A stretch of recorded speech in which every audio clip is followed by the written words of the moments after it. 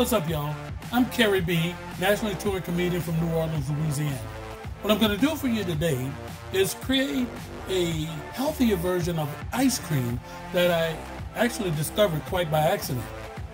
Well, we won't really call it ice cream, but it has the texture and the consistency of ice cream. So what I do with it is either create a milkshake or later on put it in the freezer and have ice cream, because it works both ways. And its base is milk, low-fat milk, 2% milk, whatever you have, and bananas. And then you can have various versions of it from there. So today I'm gonna do the base, and then we can create the various flavors afterwards. I love to cook. And actually, my love for cooking is what got me into comedy in the first place. Let me tell you this story.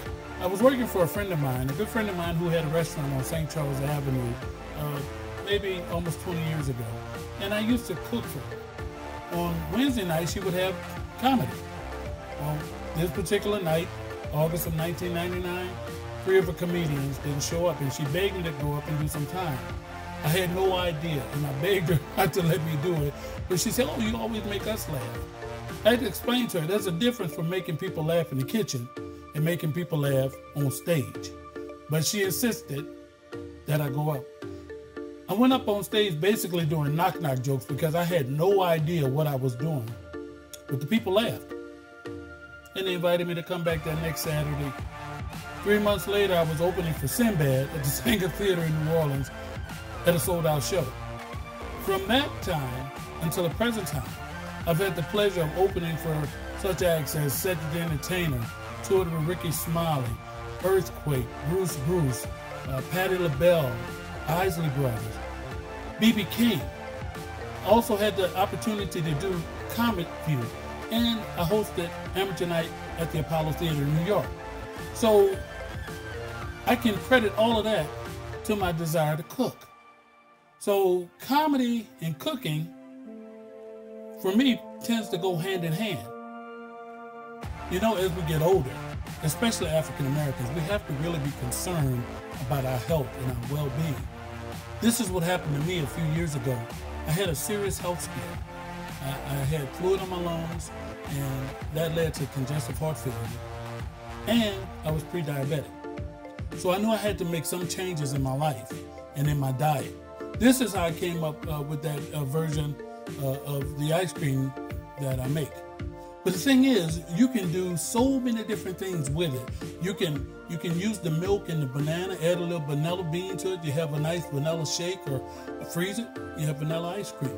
You can take the ice cream, put it in a bowl with some bananas or strawberries. You can make a banana split. You can make a sundae with it. You can add a few nuts on top of it, and it's delicious. You really can't tell the difference.